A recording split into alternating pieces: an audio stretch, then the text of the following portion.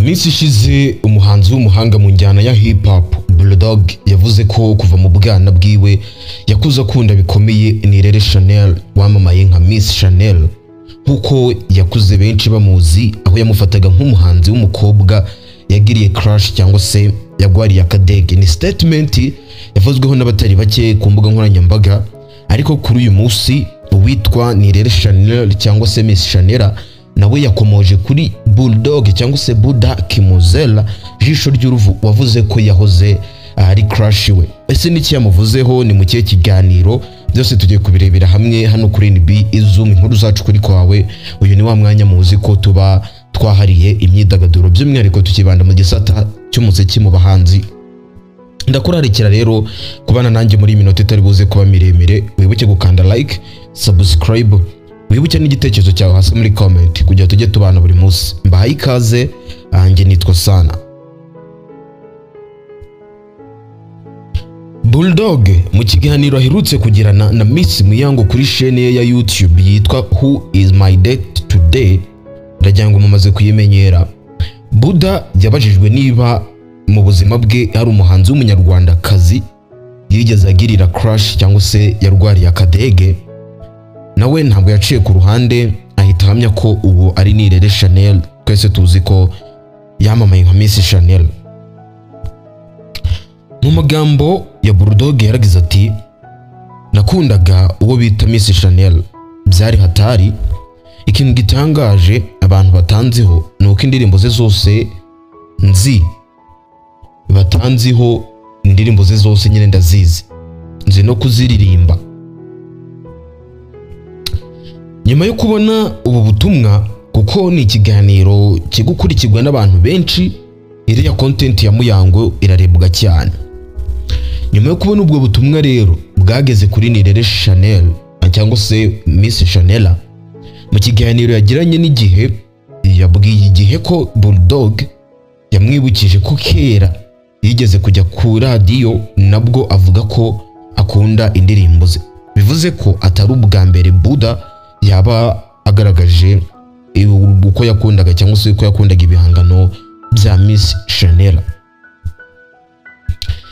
Miss Chanel ati, byaranshimishije binyibutsa ko kera murumuna wanjye yigeze kumbwira ko yumvise Bulldog, ngira ngo yari mu kiganiro na ZG55 agikora kuri City Radio, avuga ko akunda indirimbo yitwa Ndagukumbuye.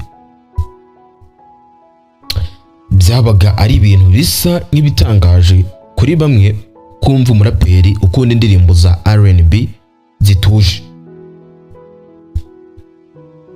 Bivuze ko Bulldog yahereye kera nk'uko bivugira, ari abantu benshi bamvise abivuga kwa Muyango bagira ngo niko hakundi abantu baba bashaka gutwikira content cyangwa se baba bashaka kugira ngo content itubuke.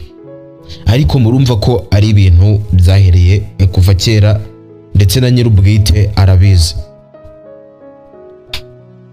Uyu Nirere Chanel cyangwa se Miss Chanel w'imyaka 39 y'amavuko, numwe mu bahanzikazi bo mu Rwanda bamaze igihe mu muziki, cyane ko yawutangiye mu mwaka w'1998, ariko akaba yaramamaye kuri album yitwa Ndarota.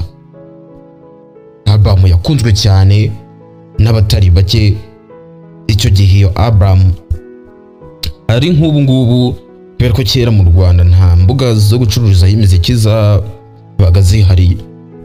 Ndatekereza ko yaba ari nk'ubu ira album kabisa yari twika katabivuge gutyo.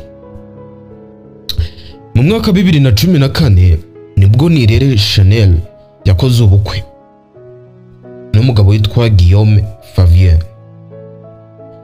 Kuva icyo gihe uyu muhanzi ahita yimukira mu Bufaransa, aho abana n'umugabo we.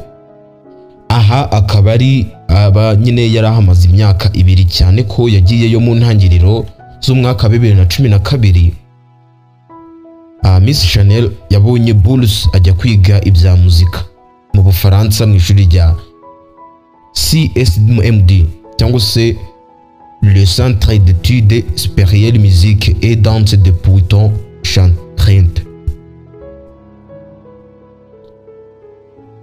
ni Rere Chanel cyangwa se Miss Chanel ufatanya umuziki no gukina film, yakunzwe cyane mu ndirimbo zirimo Le jour où Dieu est parti en voyage cyangwa se The day God walked away cyangwa se umunsi Imana yatambukaga.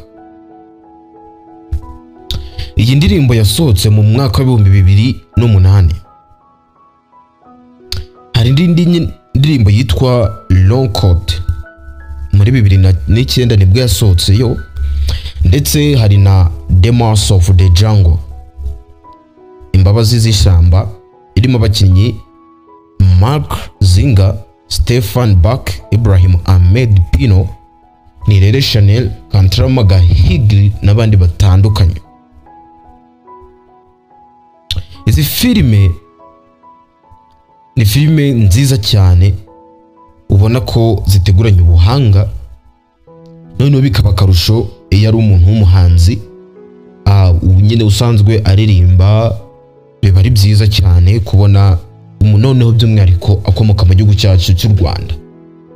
Ni ibintu byiza cyane twishimira tukanabikunda cyane, kuko mbona ari ibintu biba very good kabisa kuba u Rwanda rutarebera gusa mu bahanzi mu nyine bakaba dufite abantu bashoboye gukora ibintu nk'ibyo, bakabifatanya bakabikora neza, ugafata film, fata umuziki, byose ukabibyimba ukavuga ati kabisa ibi ngomba kubikora, kandi byose arabishoboye cyane.